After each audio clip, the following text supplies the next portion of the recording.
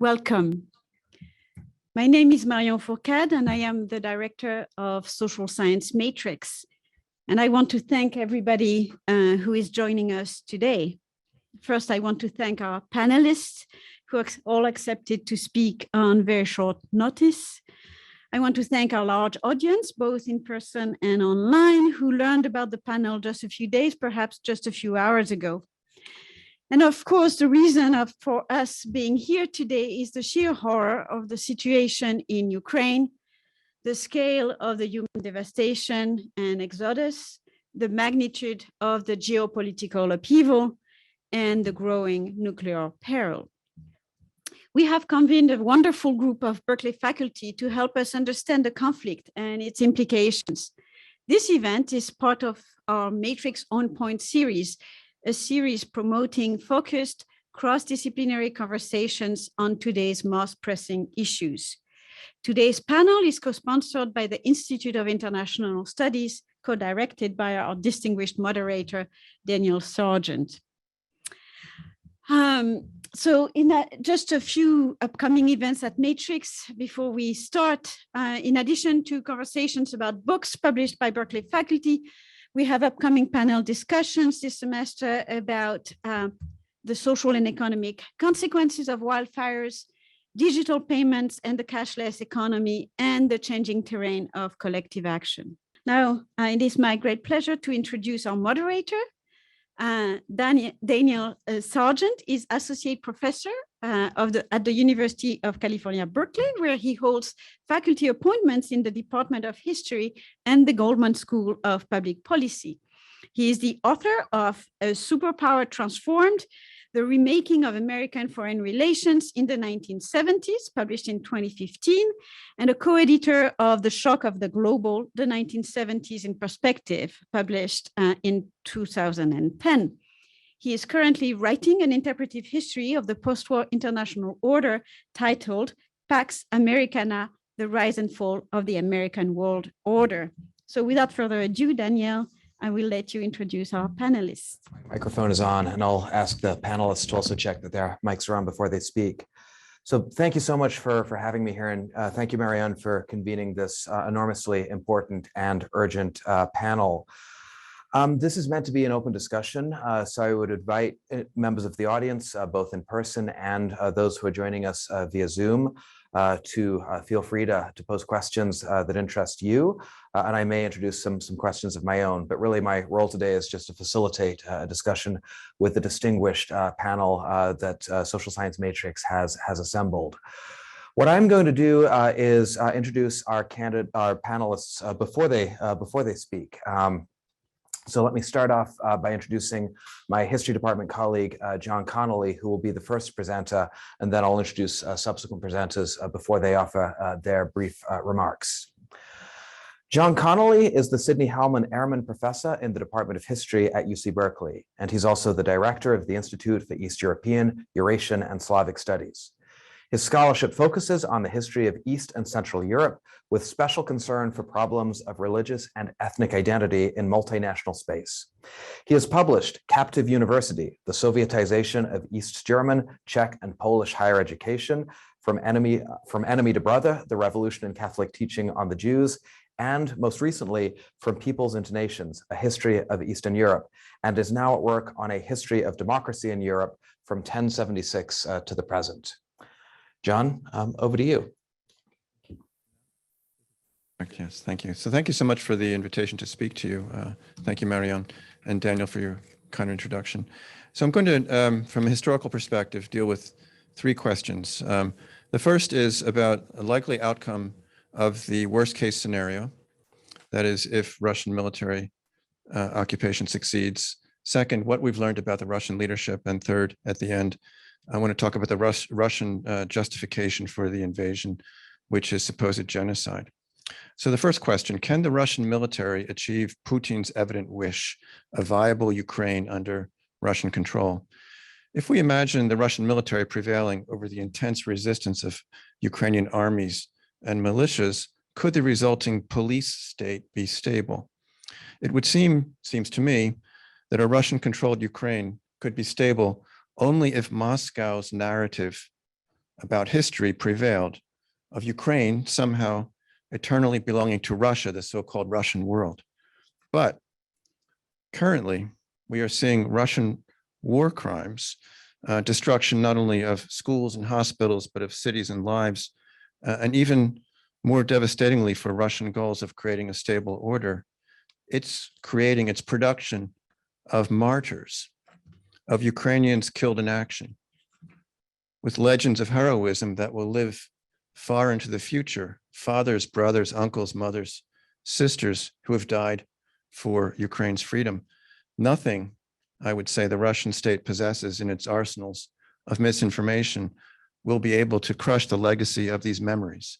They will remain alive in Ukrainian families, an indelible and powerful counter-narrative to what will be taught in Ukrainian schools if they are one day controlled by Russia. So it seems to me that Putin's grave error, which will make this war self-defeating, is that he is making family history become national history and national history become family history in a way that, to my knowledge, has little to no precedent on this territory and within the region as a whole, East Central Europe, of which Ukraine is a part.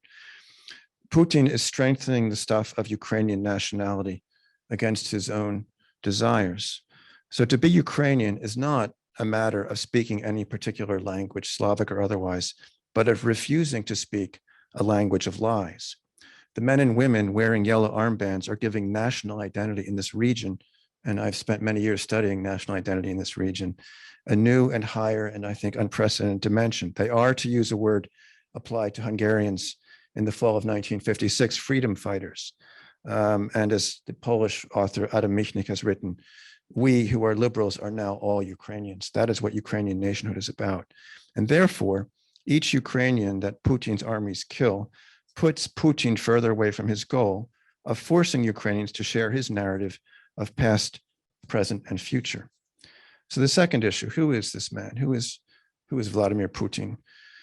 According to one authority, you shall know people by their deeds.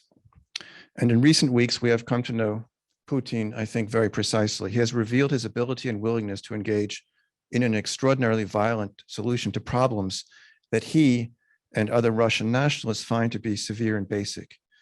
Not whether Ukraine is to be in NATO.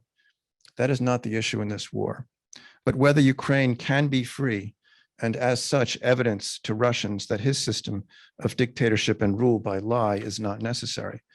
The freer Ukraine has become after 2004 and the Orange Revolution, the more grotesque, but also the more insistent and desperate has become the Russian propaganda describing Ukraine as fascist.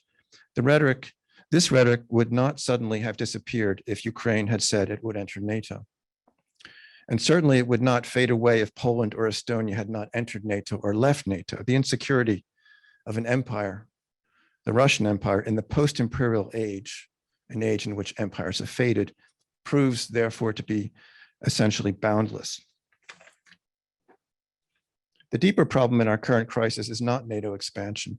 It's that the Russian elites and much of the Russian population remain wedded to the idea that Russian imperialism, Russia's right to control vast spaces of and perhaps the form of Eastern Europe and the former Soviet Union, especially Ukraine, is not only necessary, but virtuous and somehow natural, justified and legitimated by the cardinal event in Russian history, the Great Patriotic War, what we call World War II. So here the issue, I would argue, is not just Vladimir Putin. Please note two things about the more democratic governments that preceded him and whose failures supposedly led to Putin's rise.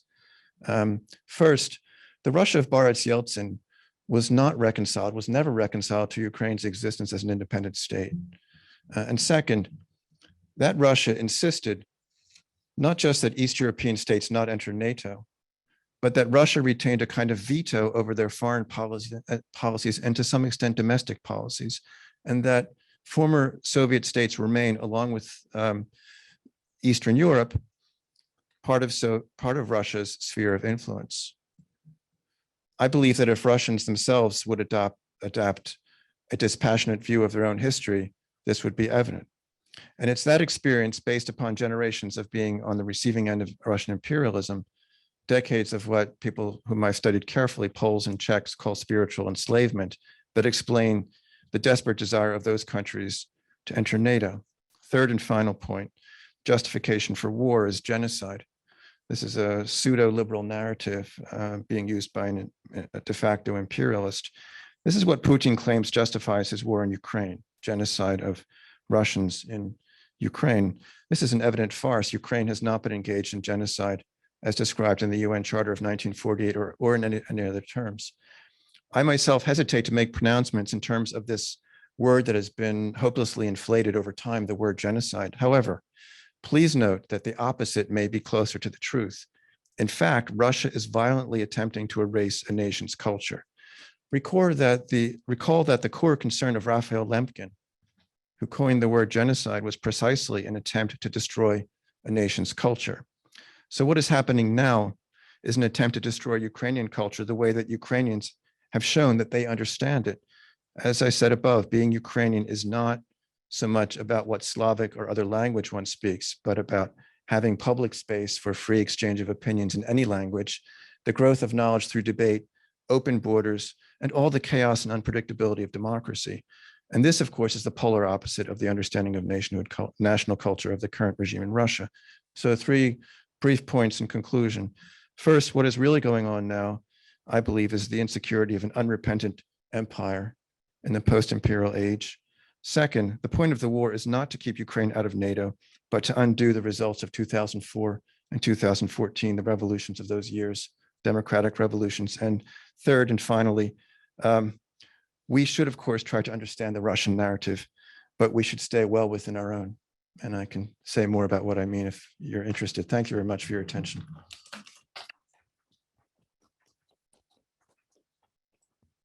Great.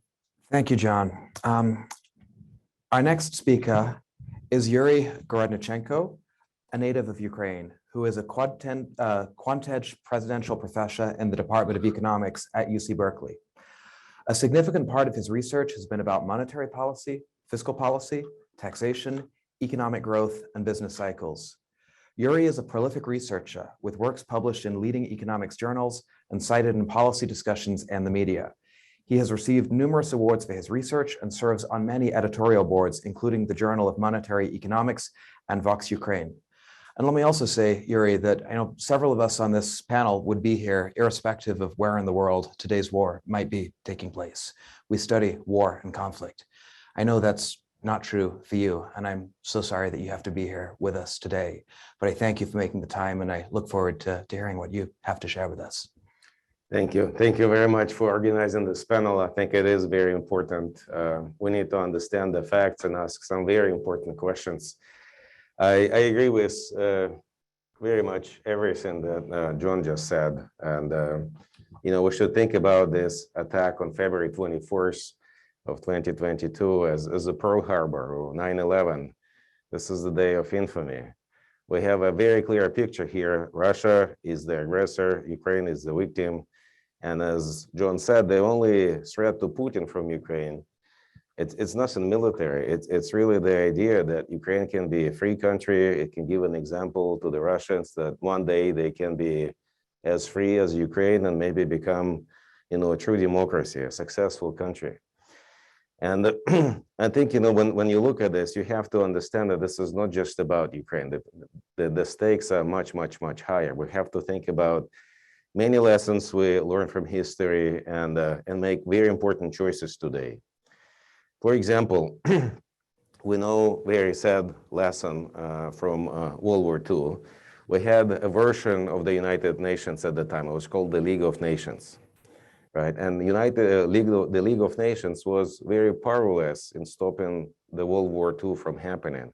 There was invasion of the Soviet Union into Finland. There was invasion of Japan into Manchuria. And the League of Nations did nothing to stop this conflict. There was a continuous attempt to appease aggressors or do very little to stop them from raising their demands. And so, it's really a test of our institutions. Do we really have infrastructure here, like the United Nations, to rise to the occasion and protect the peace? We should also think about, what kind of choices we make now when we compare ourselves to 1939. There is an invasion of Poland what do we do? Do we stop the aggressor, or we wait until the aggressor attacks us? And then it's going to be too late, right? So we can then can have occupation of Belgium, of France. This is potentially very, very dangerous. We should also think about the kind of demands we hear from Putin. He says, I just need a buffer state, some sense of security. We heard this before. This is what Hitler said in 1930s when he said, look, I need Sudetenland because I need to protect the German-speaking population, or the Danzig is German territory. And, he never stopped raising the stakes and asking for more and more and more. So this idea that you can appease the aggressor, Putin, and somehow achieve a long-lasting peace, this is an illusion. This is not going to happen. We've seen this before. We should also understand that doing business with Russia today is a very bad idea. Imagine we trade with Nazi Germany. It's morally wrong. It's national security arguments. It's wrong. At every level, this is wrong. So I'm very, very disappointed when our friends in Europe continue buying Russian oil and gas. This is funding the Putin's war machine, and it creates more deaths in Ukraine and probably everywhere in the future. There are also new kind of questions we should ask ourselves. Ukraine gave up the third largest arsenal in 1994 when shortly after it became an independent state. Right? How can we convince any country now to give up nuclear weapons? Would Iran be willing to give up nuclear weapons, or any other country? And so this idea that you can somehow stop proliferation of nuclear weapons or weapons of mass destruction, this is unlikely to happen now, because look, Ukraine just gave up the weapons, and now one of the guarantor countries that promised to defend territorial integrity and sovereignty of Ukraine is attacking Ukraine. And other countries, the UK and the United States, are not really actively defending Ukraine. They help a little bit, but they're not sending troops. They're not closing the skies. They're not doing proactive measures.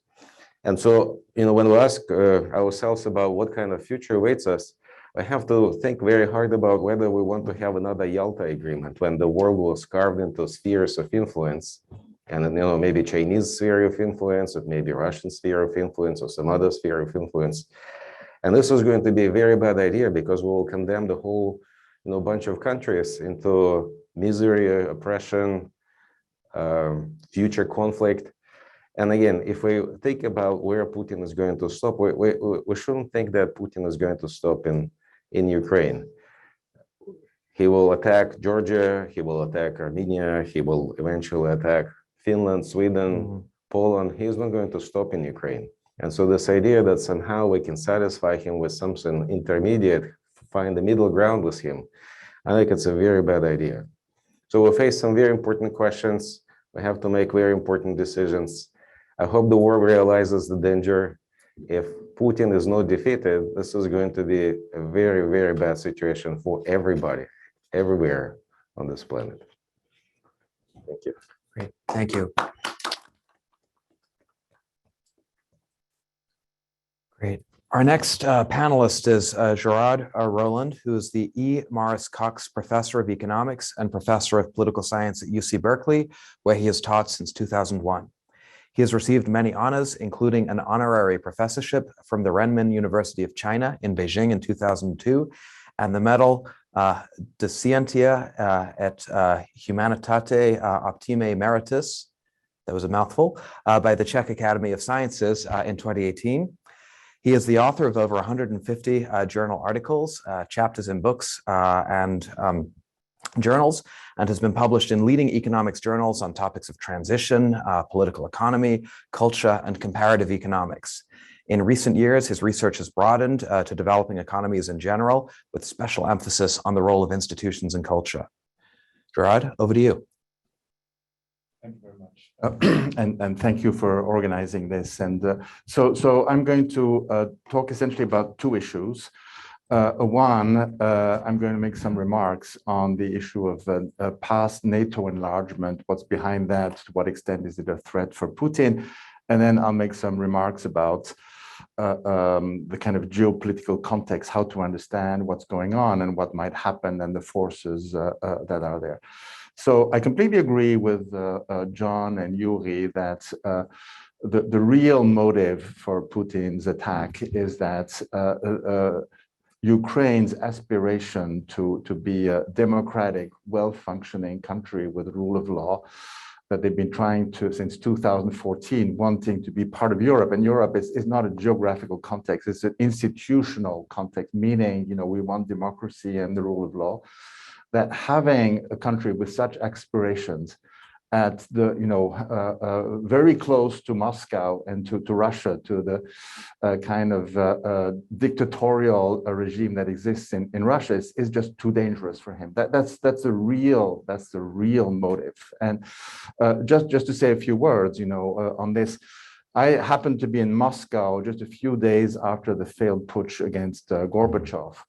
And at that time, all the republics declared independence, and the Russians, they said, "Oh, Ukraine is ours." They're declaring independence, and there were all sorts of rumors in Moscow that the Ukrainians were sending radioactive wheat to poison people, etc., etc. There was a lot of excitement. Very soon, this calmed down because it turned out that Ukraine, as an independent country, part of the Commonwealth of Independent States, was kind of behaving, a little bit as it had in the past. It was not truly independent. It actually didn't do much to reform its economy. It became a kleptocratic state, with corruption. Most of the privatizations were rigged, et cetera, and that satisfied the people in Moscow. They're saying, yeah, it's maybe they're formally independent, but they're still with us. The real threat came in 2014. So Putin had been, in power for more than 12 years by that time, and it's 2014. And by the way, he did not react. There was no military action on Ukraine. It's with 2014, with the Euromaidan, that Crimea was invaded, that the war in Donbass started, from Russia, and all the arguments that Putin has been making, and that some people in the West are repeating, that actually you have to understand Putin. NATO is encircling him. There's been NATO expansion, and we should satisfy him on those parts. So actually, the NATO enlargement, if you look at it, it's really been the former satellite countries of the Soviet Union that were afraid of what might happen to Russia. Would Russia become imperialist again? Would they try to, take hold of their country again? And that's how, the EU, essentially it's the EU countries who became part of NATO. And Ukraine wanted to enter, and, maybe if they had entered, we don't know, but if they had entered, maybe Putin would not have attacked them, so that's something we have to think about. Anyway, so the second remark I want to make is how to understand this whole thing, how to look at it. The world has been moving so fast in the last 200 years. In the 19th century, you could understand geopolitics by simply the competition between empires. And even today, the so-called realist school of international relations, represented by John Mearsheimer, is kind of saying this is how the world works. You have countries, big countries are bullying small countries, they threaten them, they bargain, they obtain things, and that's how the world works. Putin, that's his way of looking at things. And he's thinking, yeah, I'm bigger, so I have the complete right to have a sphere of influence. If I'm stronger, I can invade other countries. That's how the world works. And all these Democrats are hypocrites because they don't understand that's how the world works. But of course, what has happened in the last 100 years is that many countries have become democracies. And so what we have now is that we have a planet where we have coexistence of empires in the traditional sense and democracies. And institutions, because I'm an institutionalist, this is it's very important to understand this issue. Empires tend to expand. That's kind of their motivation. As long as the benefits of expansion are larger than the cost, they will want to expand at the expense of others. And that's, typically, if you think of many wars in the past, that's exactly, these were clashes of empires. Democracies are different. Now I'm going to talk about the ideal type of democracy. You can contradict me later by this and that, but democracies tend to be inward looking. They tend to be inward looking. There's a lot of infighting, even NIMBYism. There are secessionist tendencies, and so democracies do not tend towards territorial expansion in other countries. That's kind of it. It's rather the other way around. They're kind of even as it's kind of the only type of regime where you see a lot of secessionist or centrifugal tendencies. And so if you see this coexistence of empires and democracies appear weak to imperialists. They appear weak, and in a way they are weak. They are weak because I would argue, and this is not something pleasant, I would argue that democracies have a tendency to appeasement towards imperialist countries. When we see what's going on, there are very good reasons. I understand why democratic countries are only willing to go so far in helping Ukraine, but there have been appeasement. There has been appeasement of Putin when he entered Crimea, when he started the Donbass war, and this appeasement is not so much that we haven't understood the lessons from World War II, from before World War II. I would argue that is kind of inherent tendencies of democracies, which means that they will intervene too late. They will intervene too late. So right now, Ukraine is taking the brunt of the aggression, and they're fighting, absolutely heroically. I think, that the resistance of Ukraine is actually probably going to be the major factor in this war. But if by any chance he would defeat Ukraine, then certainly he would want to go on and attack Moldova, Georgia, possibly the Baltic states. Historically, if you look at the imperialistic tendencies of Russia, they always wanted to go towards the Baltics, to have access to the Baltics, Mediterranean, etc. And so that was the case under the Tsars, and that is still the case today. Now, empires may seem strong because they are militaristic, because they want to expand, but empires don't really seem to be viable in modern societies. In the past, you could, through war, gain land, gain access to slaves, land and slaves, that's the real looting that was created.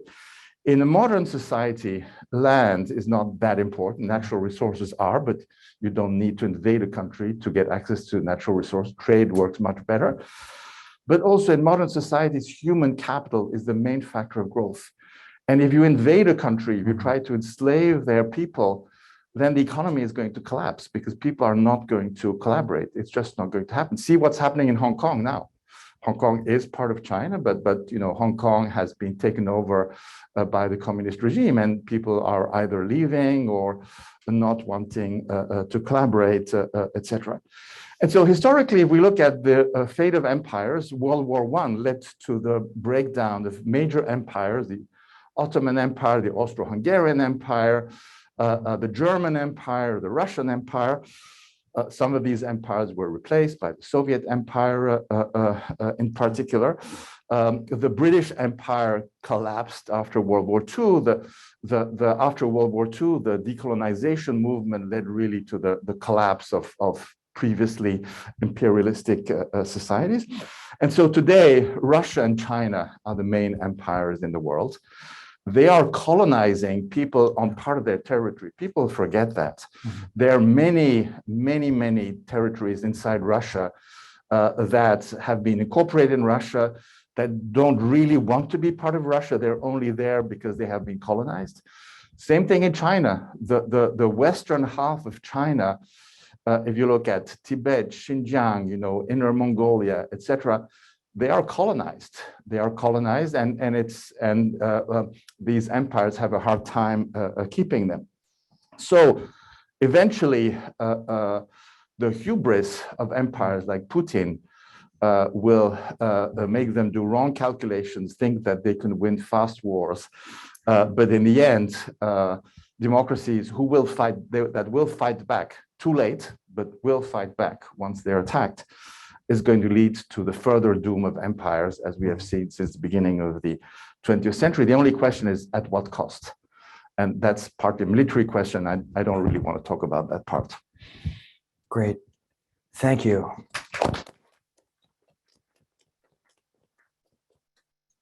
Great. Now, our final panelist is Katerina Linos, who is the Irving and Eleanor Tragen Professor of Law at UC Berkeley, where she also serves as co-faculty director of the Miller Institute for Global Challenges and the Law. Her research interests include international law, comparative law, European Union law, and migration law. To address questions in these fields, her work combines legal analysis with empirical methods. In 2017, Linos was awarded a Carnegie Fellowship to study the European refugee crisis. She investigated how communication barriers frustrate fundamental rights, explored the potential of new technologies to facilitate refugee and migrant integration, and developed digital refuge. Katerina, over to you. Thank you so much. Thank you so much for joining us here today. I'll be speaking about refugees, but unfortunately, as a professor of international law, I can just confirm everything that was said before, that the right analogy is to Hitler. The violations of sovereign Ukraine and the law of war violations are just so clear-cut. On refugees, the news is a little better than on every other aspect. And my core point will be that the European response to the Ukrainian crisis is very different from every other response we have seen in recent decades. In particular, Europe has made an open-ended commitment to all Ukrainians to offer temporary protection for a number of years and to allow them to live, work in any EU member state. And that just was not something conceivable even a year ago relative to how we treated Syrians or Afghanis or other nationals. So the refugee regime, of course, is a solution to the problems of World War II and the massive displacements in the interwar period. There were different kinds of regimes that focused on groups of people. After World War II, after we had reallocated people in nation states, following Yalta, we created a regime which, on the one hand, gave generous benefits. If you qualified as a refugee, you could obtain, especially in Europe and in the US, a path to citizenship, benefits, work. But you had to go through a lot of hurdles. You needed to prove that you in particular were targeted rather than fleeing a civil war, that the bullets were directed at you, and you needed to go through procedural difficulties. In addition, the refugee regime was one of rights rather than duties. So I have a right to not be turned back to another state, but this duty typically fell on the country that I reached first. Typically another country that was just a little less unstable than the country I was fleeing.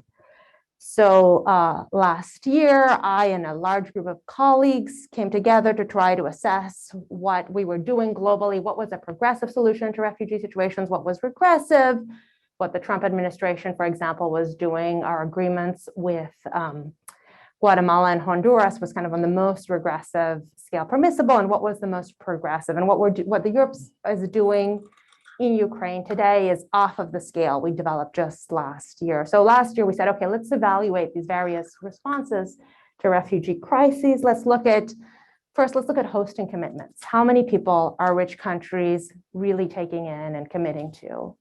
And if rich countries aren't taking in people, are they giving a lot of money? So right now, for example, we are giving a lot of money to Colombia to host Venezuelans, even though we're taking a lot of Venezuelans too, but we're also paying a lot of money.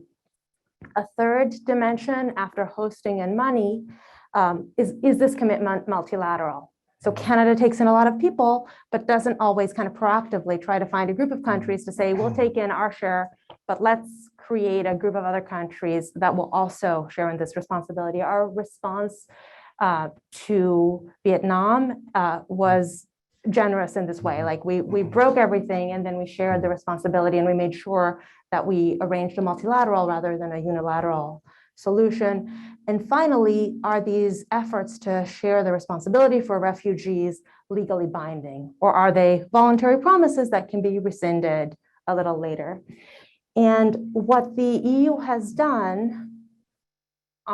very early on in the crisis, and this is important, is they've activated a temporary protection directive they never activated before. They said, we're going to take in all Ukrainians that have already come and those who will come in the future. So the US also offers temporary protection to Ukrainians, but that applied only to people who were already here before March, some deadline in March, before the war.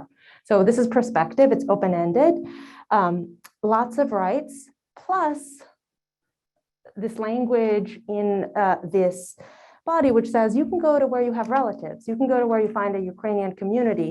We're not going to make Poland and Hungary or other kind of border states host you. You can move around. And that is critical and just far more generous than what the Europeans have done before. I think it's really important that this legal action was taken in the early days, because all the literature on xenophobia suggests initially people are welcoming, and a year in, 2 years in, this xenophobia turns into hostility. So it's nice that there is this binding EU-wide document. There are limitations to this document. For example, the Europeans could have said, we will take in all Ukrainians, plus all permanent residents of the Ukraine, plus all stateless people. And they said, we'll take in Ukrainians plus stateless people, but did not speak to foreigners who were living in the Ukraine. It's temporary, it's renewable, but temporary could be longstanding. But it still is a significant accomplishment done with the support of Hungary and Poland, who were the key countries blocking earlier efforts on responsibility sharing for Syria. So let me end there and say the refugee response is one indication that while the Europeans are not closing the skies, are not cutting off gas sales, this is one method of recognizing kind of the severity of the crisis. Great, thank you.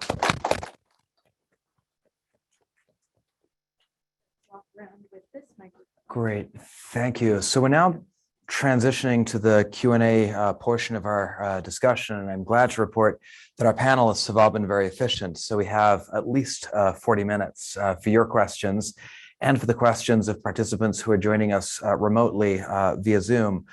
But I'm going to kind of seize the prerogative that I have to ask a first question. And, you know, I am sort of acutely aware that we have an opportunity here with two economists on the panel and with a historian and a lawyer who've thought hard about the disruptive effects that economic hardship can produce.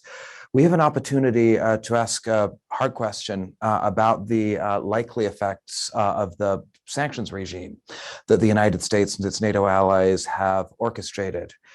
Now, I think Yuri makes a powerful and vital point, stressing, as you do, that the Ukrainian people have been left to fight alone. And that is a fundamental truth that we must acknowledge. But the sanctions regime that has been enacted since the Russian invasion, nonetheless, seems vast. And as a historian, I hesitate to use this word, but almost unprecedented in its scale and the speed with which it has been implemented. As we see sort of the effects of Russia's exclusion from the global economy really begin to bite over the next couple of weeks, you know, bearing in mind that Russia has quite a trade-sensitive economy, what do you think the likely effects will be? Are economic sanctions and, you know, in particular, I think the locking down of Russian reserve assets outside of Russia likely to have a significant effect on Russian behavior, or is that just wishful thinking? And then Gérard will continue. So first of all, it's not only about punishing Russia. You should also help Ukraine, because, you know, you can't fight a war when a lot of productive capacity is destroyed. You have to run cities, you have to feed people, you have to have weapons. So help to Ukraine is not just punishing Russia, it means directly sending lots and lots of resources and material to Ukraine. Regarding the effect of economic sanctions, we know some examples when they were not effective, like Cuba, North Korea. But I think these previous cases are not going to apply to the Russian case because Russia is much more integrated into the global economy in the first place. And so we see endless vulnerabilities in their economy. You know, they're very sensitive to parts. They can't use their aircraft anymore, or will not be able to use it very soon. They can't have access to various resources provided by the international financial infrastructure. So there are lots and lots of vulnerabilities. None of them is really going to create a fatal blow to the regime. It will be probably a death by 1,000 cuts. And we know, for example, from the Soviet Union, when oil prices fell in 1986, the Soviet regime really struggled with, supporting the provision of basic goods and services to its citizens, and it created this critical mass of very unhappy people. And the Soviet regime, Soviet economy was much more close, much less sensitive to these external pressures. Russia is much more sensitive.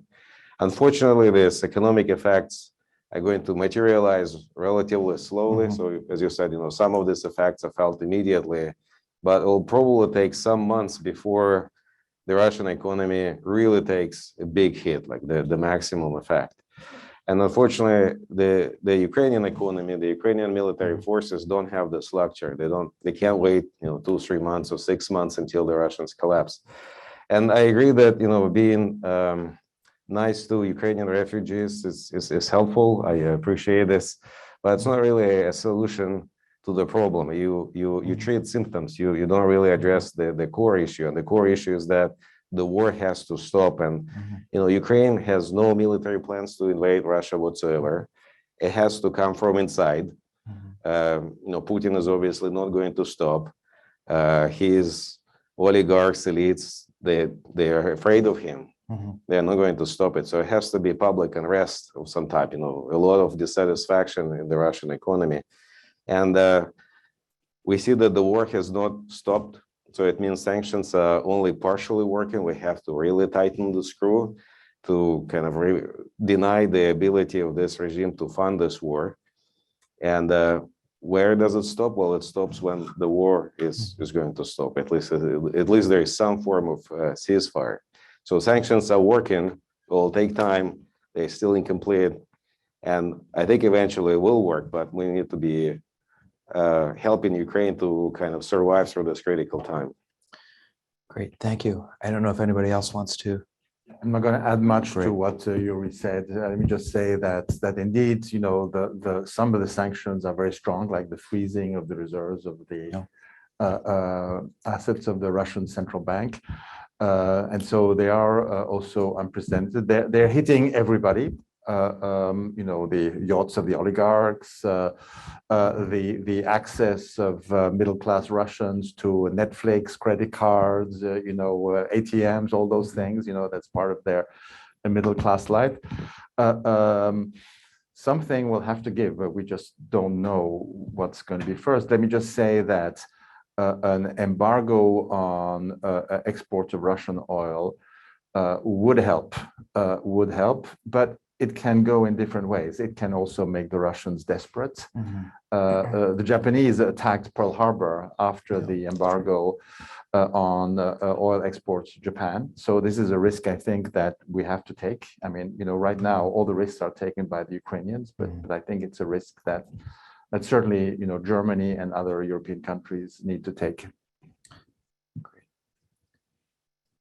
Well, unless anybody else wants to get in on this question, this might be a good opportunity for me to feed in an audience remote question while we pass the microphone to somebody in the room. So let me introduce a question from our history department colleague, Mark Brilliant, who asks, what more should the United States be doing to resolve the crisis? A no-fly zone? Polish MiGs to Ukraine? What else? And what, if any, territorial concessions should Ukraine accept in exchange for a ceasefire? It's a hard, pointed question. Well, I have my response would be simply that whatever arrangement is made, that Ukraine be part of it, and that it not be something that happened among the powers. The great lesson or the sad lesson we learned from the Munich conference of 1938 is that it's unacceptable for great powers to decide the fate of a smaller power among themselves without the smaller power being involved. So where territory is concerned, this is not something that can be determined in Washington or Moscow. And I think the U.S. government understands that.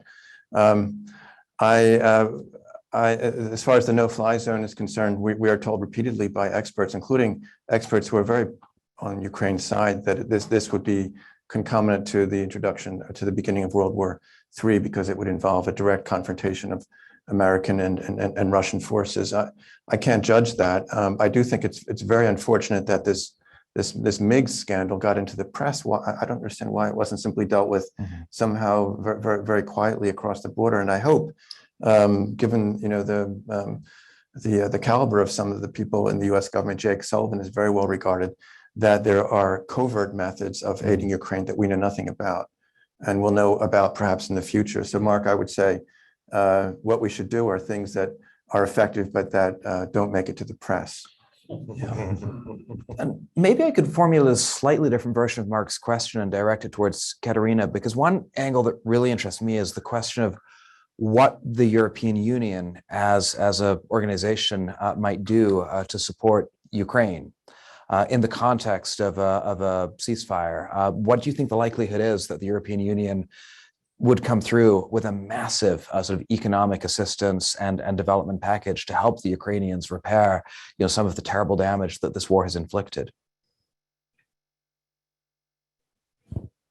So the Europeans have said that they will not expedite membership, but will offer a trade deal. And I think that, assuming that a ceasefire is reached, a territorial settlement is reached, and it becomes a question of money, I think that will be a good future. I think a limited no-fly zone will, just as we said, we're never going to cut off Russia from the financial system as we did. I expect a limited no-fly zone to be implemented.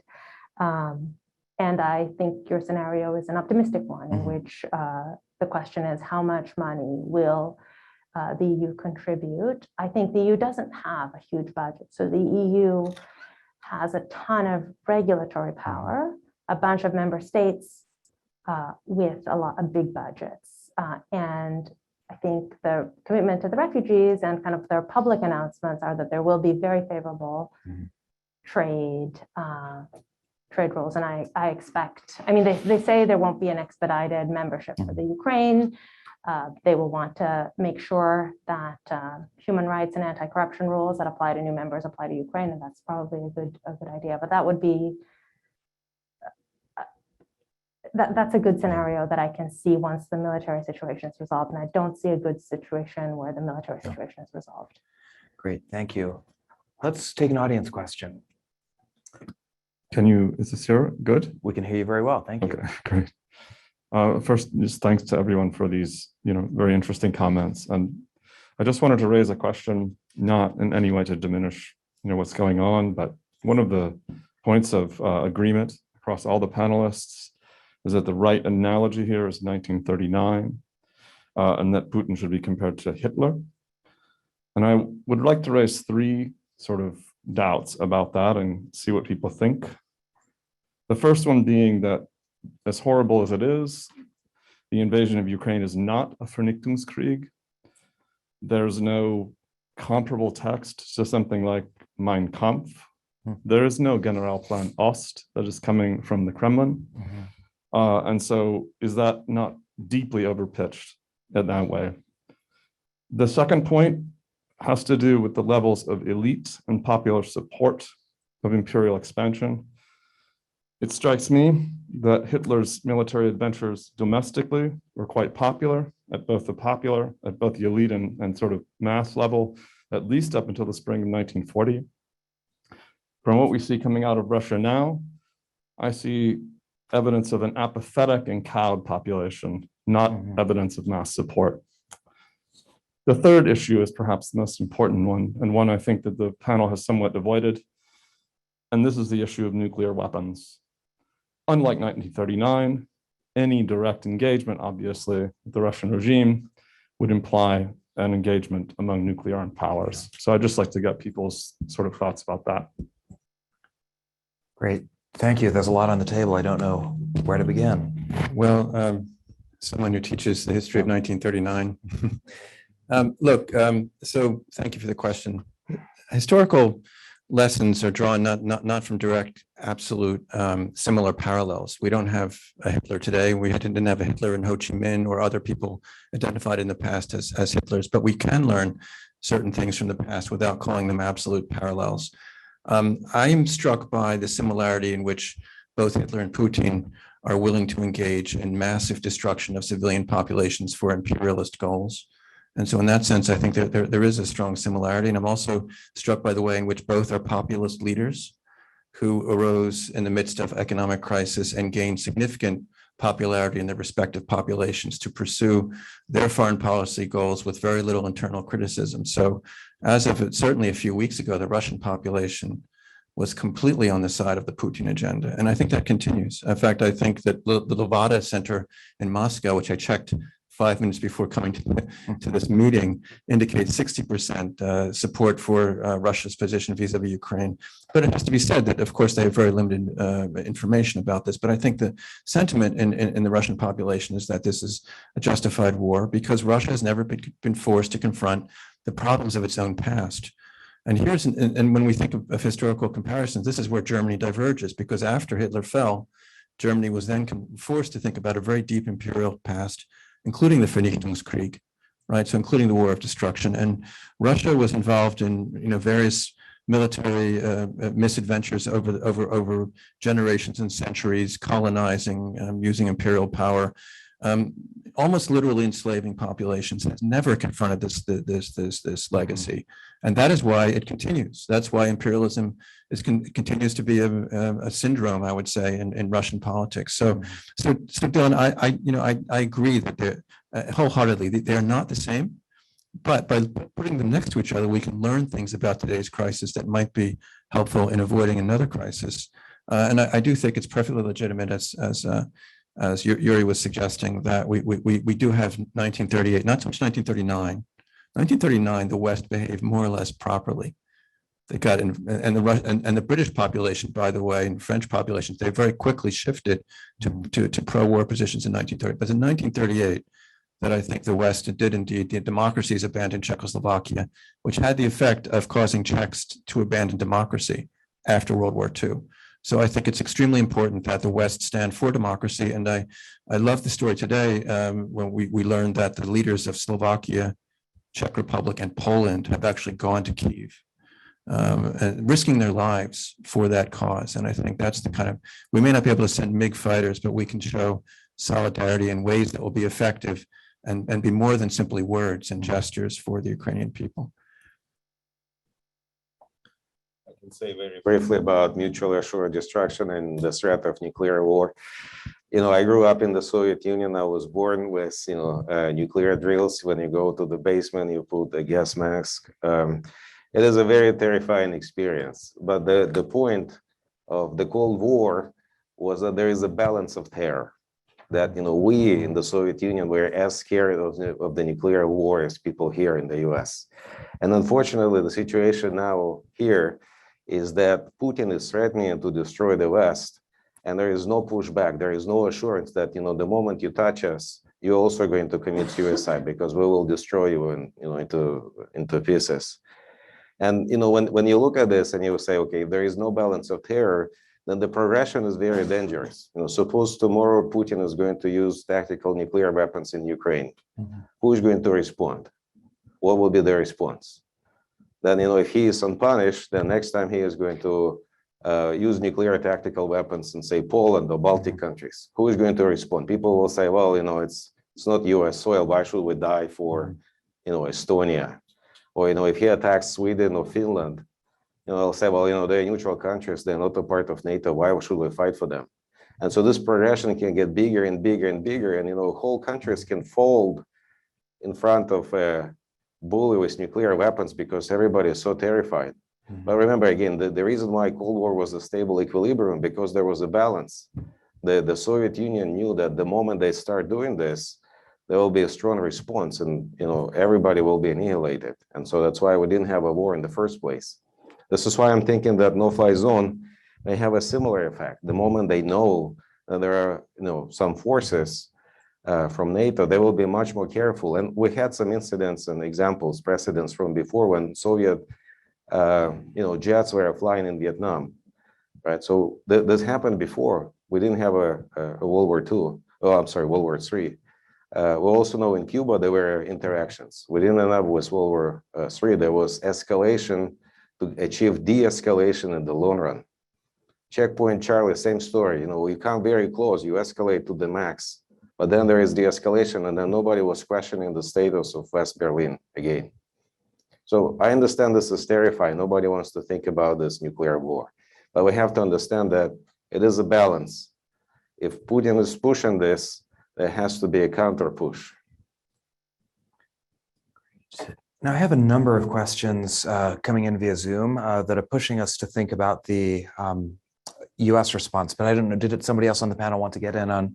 Absolutely. Make a distinction on kind of between the crime of aggression and war crimes, genocide, not to defend Hitler, but the main argument in the Nuremberg trials was, look, this crime of aggression is an ex post facto crime. Like, we had war as a way of resolving disputes, and you could, in the age of empire, acquire territory, and Briand was aspirational. It wasn't an obligation. So Putin is violating territorial sovereignty and adding a neighboring country in a crystal clear way, much more, it's a much clearer violation of international law than Hitler's annexation.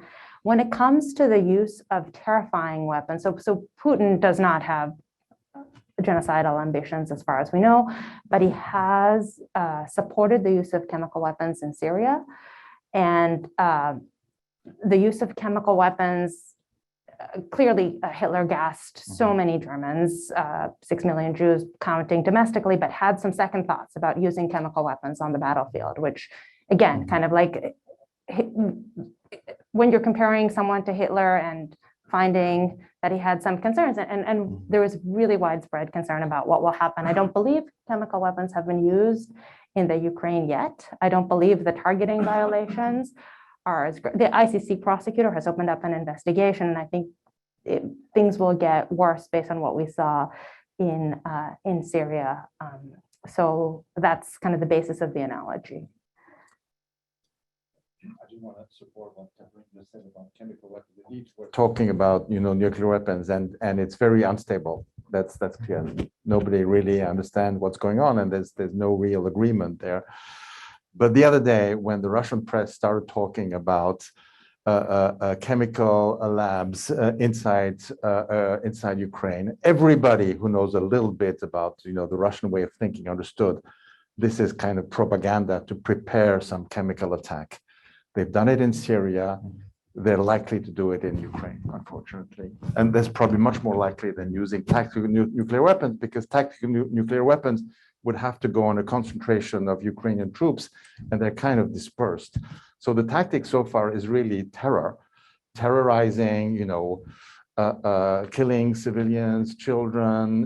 It's part of the playbook of wars. Unfortunately, is you terrorize people, you kill indiscriminately, trying to terrorize and to submit people through your sheer terror. That's part of war, unfortunately. Great. Well, let me try to ask a question that encapsulates a number of questions that are coming in via Zoom. A number of people watching very interested in your assessments of the U.S. government's response. Viewers have asked us to ponder the question, how might the U.S. response have been different under former President Trump, were he in office right now? I don't know if anybody wants to speculate in response to that question. We might also ponder how different the U.S. response would be if a figure like Senator John McCain were alive and making the case in the Senate for a robust program of support to defend Ukrainian democracy. But let me ask each of you, because I would like to hear sort of each of your responses. How would you grade the Biden administration's response to this crisis. You're welcome to assign letters if you would like, but I would, be really interested, and I think many of our viewers would be interested to hear, what you make of how, President Biden and his national security team have handled this situation. Starting with whom? Well, I could start with you, John. Okay, so we're only past the midterm examination at this point, so I guess I would probably a pretty solid B plus, something like that, but we live in an atmosphere of fear and trying to draw lessons from history, and the lesson that everybody was drawing a month ago is that Russia will not attack, and so that the Biden administration was also operating according to that wisdom. And but from today's point of view, I think some people are wondering whether it wouldn't have made sense to put Western troops on Ukrainian territory as a deterrent, and that would have been all that would have deterred. But this is in my courses, at least, I don't grade ex post facto. I grade in terms of what people actually write on the exam book. So I think it's probably some kind of B grade. Mm-hmm.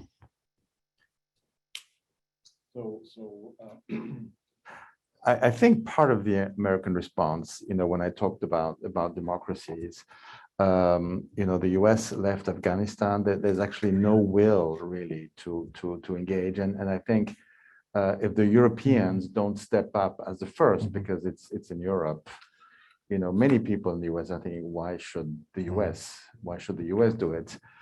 And so in a way, that's kind of the situation, and that explains why they don't want to take the risk of a no-fly zone. That's because the war can very easily escalate. Maybe it's already World War III. We don't know.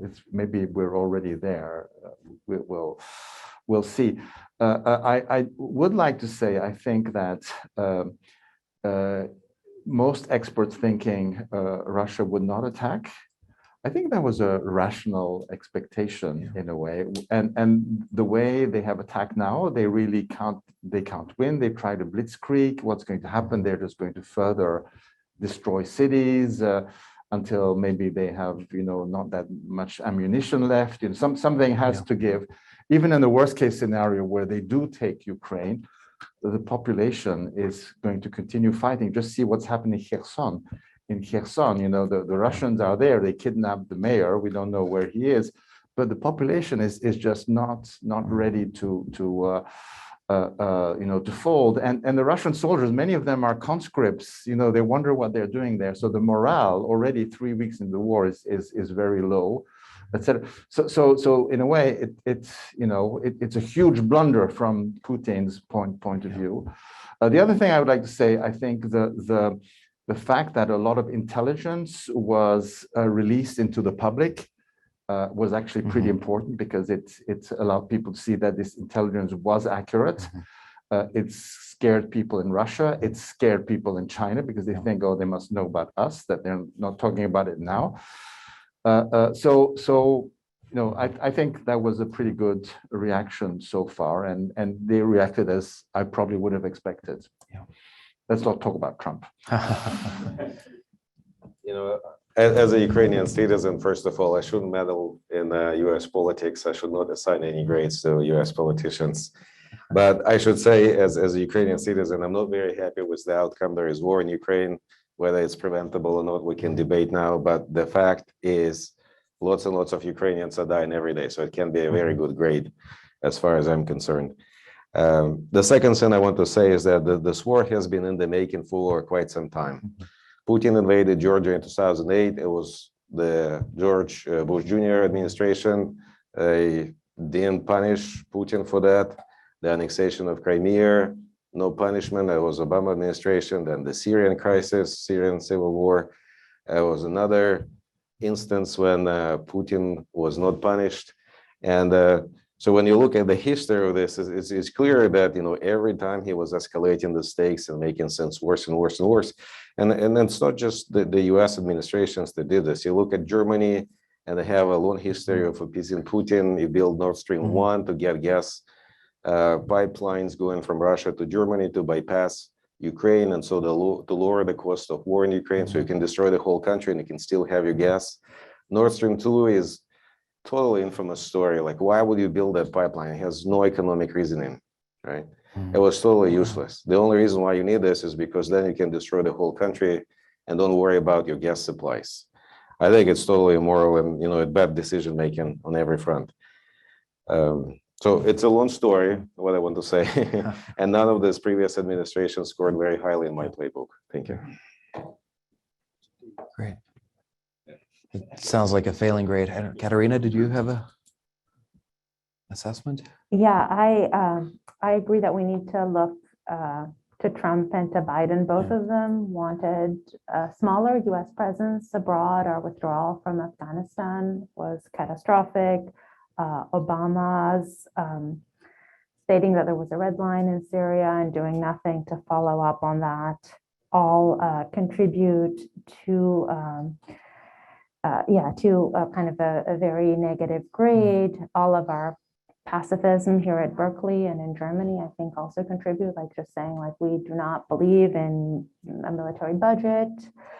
That said, kind of as you said, like, there's still the opportunity for a Marshall Plan. It won't do anything for the dead. We are putting all of the burden of collective European defense on the Ukrainians right now, and that cannot be graded well.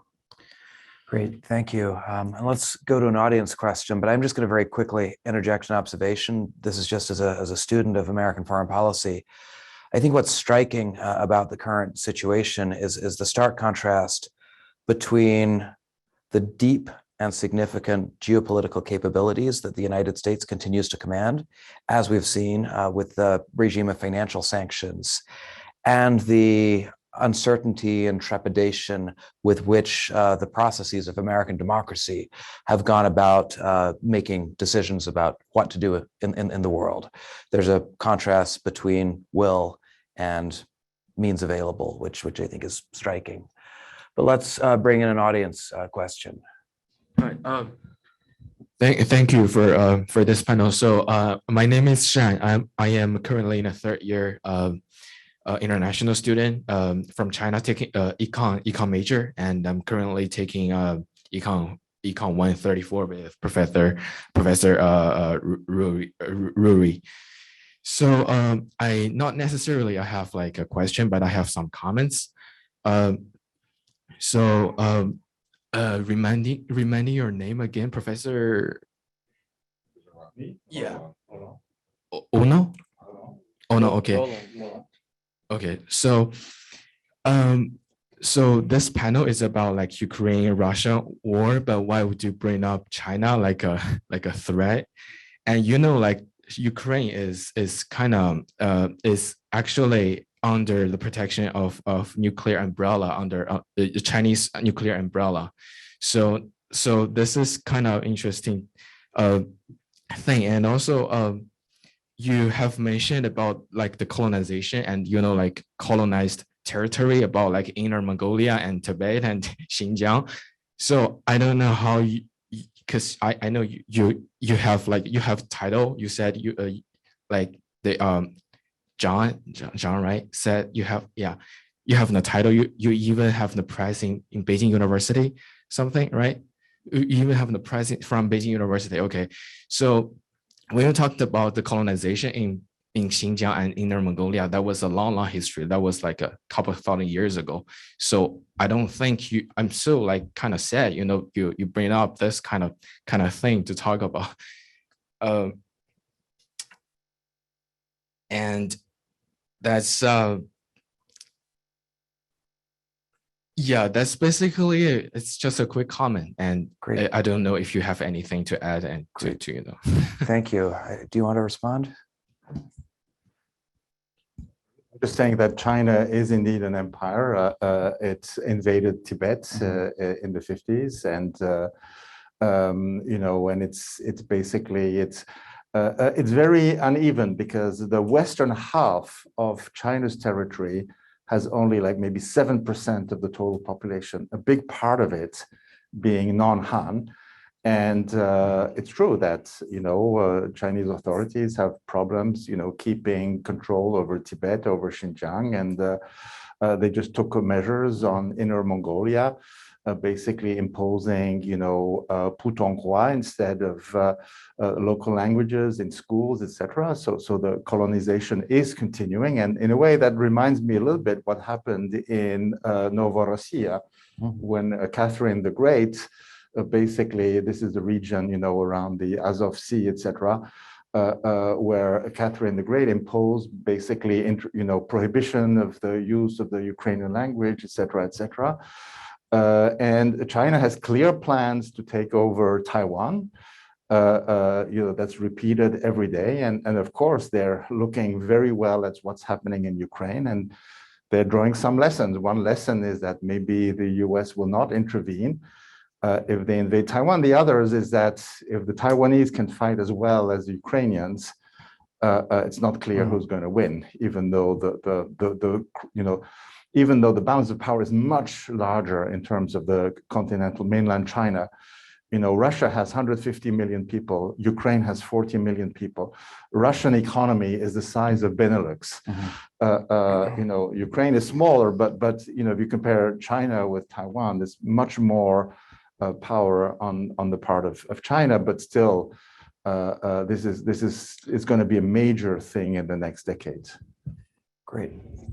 Let me try to assimilate some more questions from our remote viewers, but also to sort of build off Gerard's important point that the Ukrainian response to the Russian invasion has really just been extraordinary. And I think that's, for many observers, been the most surprising element of the entire situation, sort of the extraordinary courage and aptitude with which the Ukrainians have mobilized to take up arms against an invading power.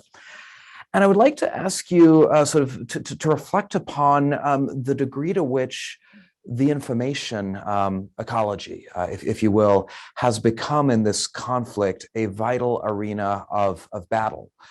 Some commentators have, characterized Russia's invasion as sort of the return or the revenge of geopolitics, as if this were just another 19th century war.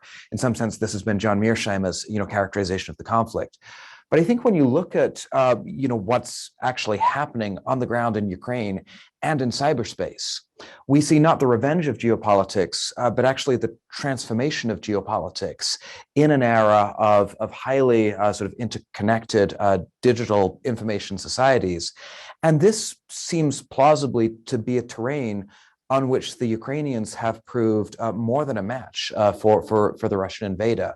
So do you see sort of a dimension of the crisis that is sort of striking anew in terms of the centrality of sort of the information war? I think so far it's very clear that Russia has lost the informational war. It's very clear when you see Putin in his desk, Zelensky, who's courageous, says, "I don't need a ride, I need ammo."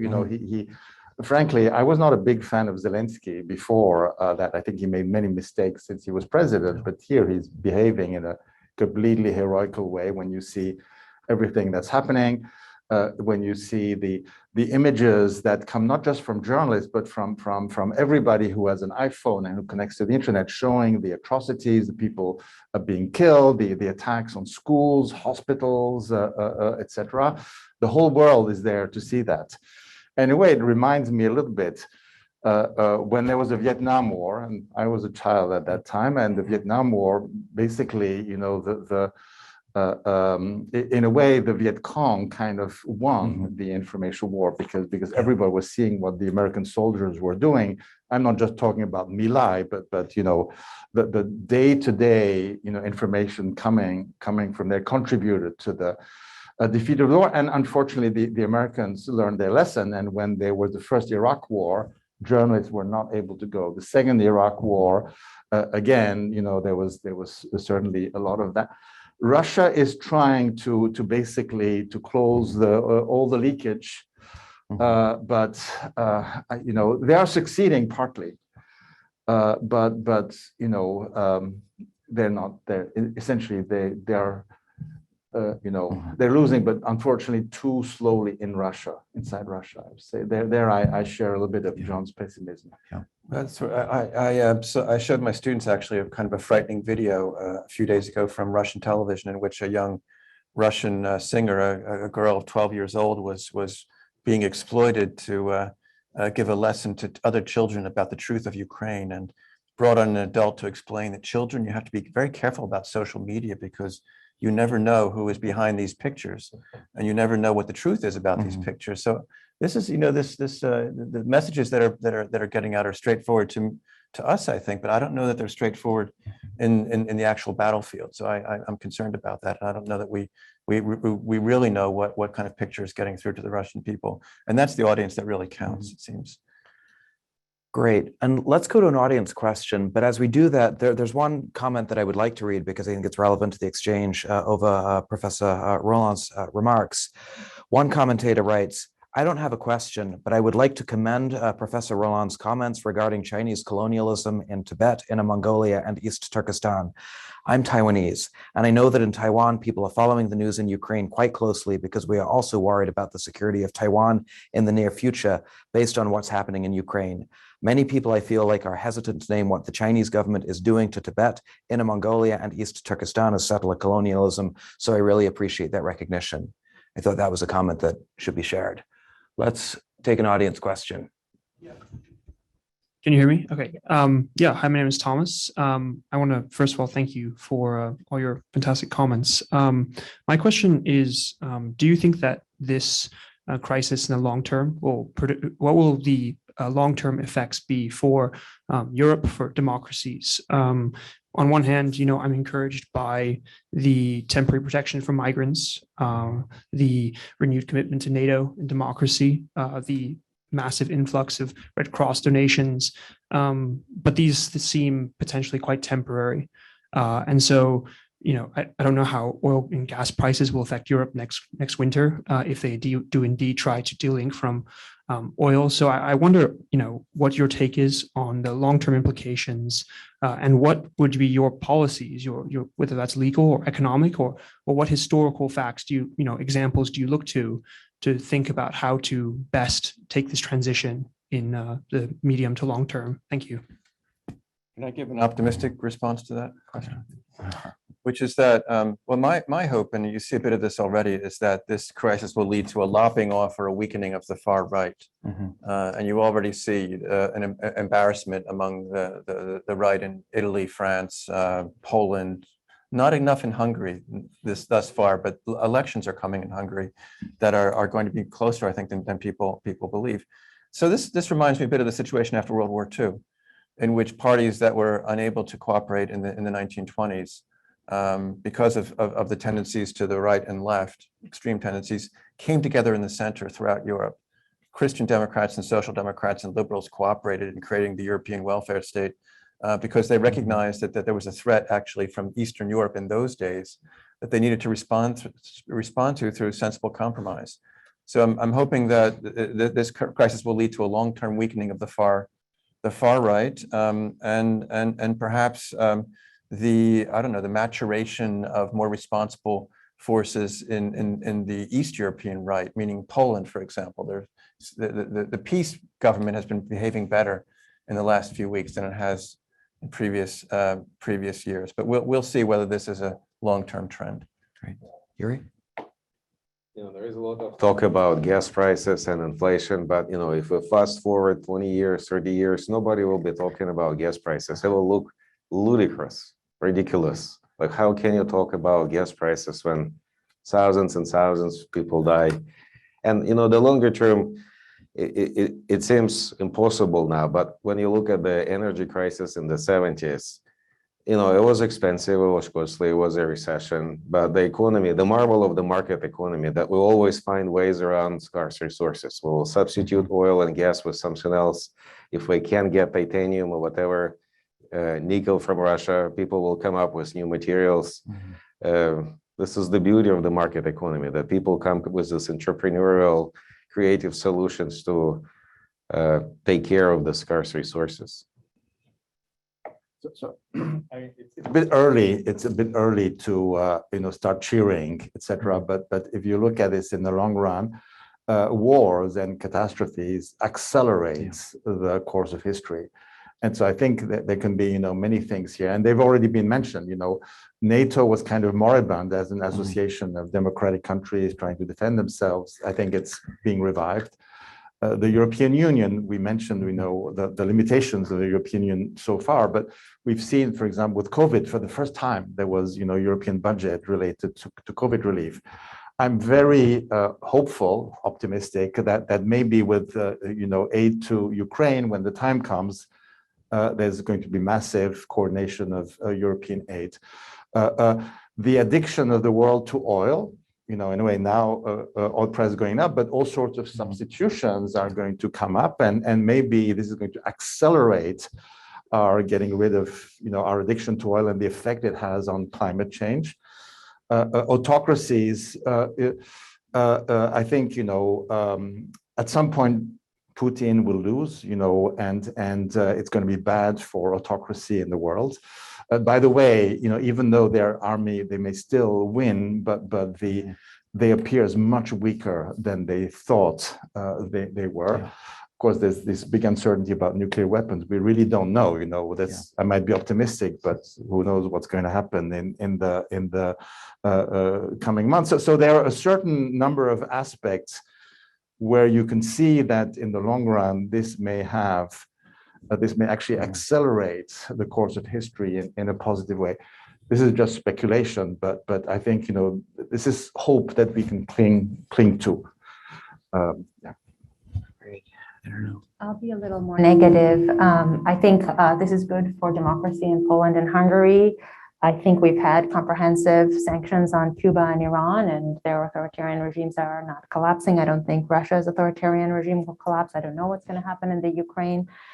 But all the polity scores, all the measures of authoritarianism are saying that governments that are sometimes authoritarian, sometimes democratic, the Malaysias, the Pakistans, like we've had in the last 2 decades, a shift towards authoritarianism. And it's not clear to me that we have a way kind of globally to move towards democracy, even if consolidation in NATO, in the EU towards democracy seems like the right outcome. Great. I want to remind everybody what once Vladimir Lenin said about the capitalists. He said they will sell us the rope that we will hand them with. And so trading with Russia in current conditions seems suicidal. So irrespective of what happens with Ukraine, do you want to impose the sanctions or not? You should accept the fact that this is a threat, and you should not empower that threat. Great. I think that brings us to 5:30, but I would like to invite sort of the panelists to offer any brief concluding reflections. I don't know, John, if you have any. No, I think. I think the panel is at an end. So thank you everybody for joining us and for participating in this really enlightening discussion. I'm very grateful on behalf of the Institute of International Studies and Social Science Matrix, especially Social Science Matrix, which did all of the hard work to put this panel together. I'm so grateful to all of you. Thank you so much for joining us. I'm sorry we have to be here, but this has been a most illuminating conversation. So thank you.